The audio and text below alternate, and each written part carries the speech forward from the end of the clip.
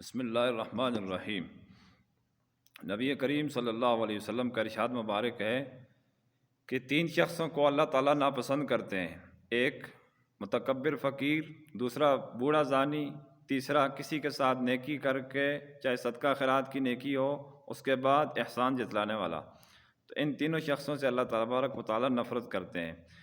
میں یہ عرض کر رہا تھا کہ صدقہ خیرات اور زکوٰۃ سے متعلق جو احادیث تھی وہ تقریباً مکمل ہو چکی ہے۔ میں نے موٹی موٹی خاص احادیث آپ حضرات کے گوش گزار کر دیے، تو اب یہ آخری حدیث تھی۔ اب میں یہ بتاتا ہوں کہ تیسرے پارے کا تیسرا رکوع، مثل الذین ینفقون اموالہم، یہ ہر بندے کو، اب یہاں پر اتنا وقت تو نہیں ہے کہ اس کے آداب بیان کیے جائیں، لیکن مختصراً یہ عرض کر دیتا ہوں کہ اس تیسرے رکوع کے اندر اللہ تعالیٰ نے صدقہ خیرات چاہے نفلی ہو یا واجب ہو اس کے آداب بیان فرمائے ہیں۔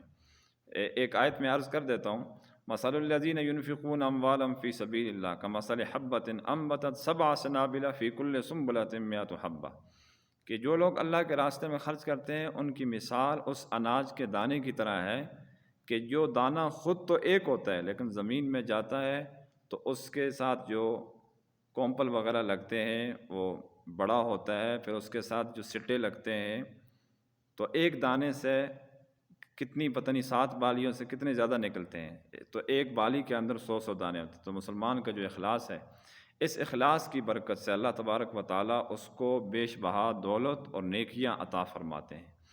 دولت کو تو چھوڑ دیں، یہ کبھی اتفاقاً اس طرح ہوتا ہے کبھی نہیں ہوتا، لیکن نیکیوں کے اس میں بیان کیا گیا ہے کہ اللہ تبارک و تعالیٰ اس کے اس انفاق فی سبیل اللہ کے عمل کو بہت زیادہ بڑھا دیتے ہیں۔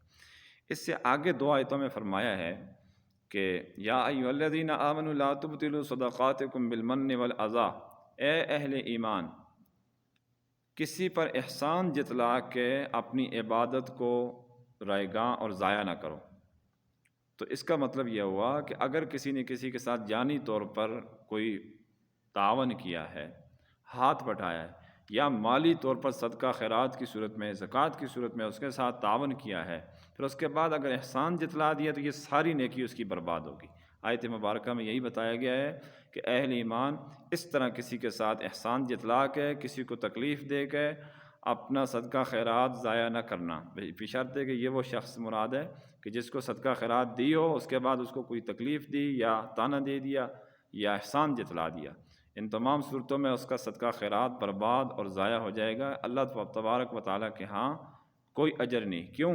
اس لیے کہ صدقہ خیرات، کسی دوسرے کی مدد کرنا، یہ اخلاقی طور پر ایک عبادت ہے، اور طعنہ دینا، احسان جتلانا، یہ اس چیز کے انتہائی منافی ہے۔ اللہ تبارک و تعالیٰ خود اخلاق کے پیکر ہیں۔ اللہ تبارک و تعالیٰ اس کی اس صدقہ خیرات والی عبادت کو پھر نہیں قبول فرماتے۔ تو ہمارے میں سے بہت سارے لوگ ایسے ہیں کہ جو کسی کو احسان جتلاتے ہیں یا اس کی طرف سے کوئی تکلیف ہو رہی ہو، تکلیف پہنچ رہی ہو، اور وہ صدقہ خیرات کا مستحق ہو، مدد کا ضرورت مند ہو، تو یہ اس کے ساتھ جان کر مدد نہیں کرتے، تو یہ بھی انتہائی نازیبہ قسم کی حرکت اور عمل ہے۔ آپ کی عبادت، آپ کا صدقہ خیرات محض اللہ تعالیٰ کی رضا اور اس کی خوشنودی کے لیے ہونا چاہیے۔ اللہ تبارک و تعالیٰ ہمیں یہ آداب نصیب فرمائے۔ وآخر دعوانا ان الحمد للہ رب العالمین۔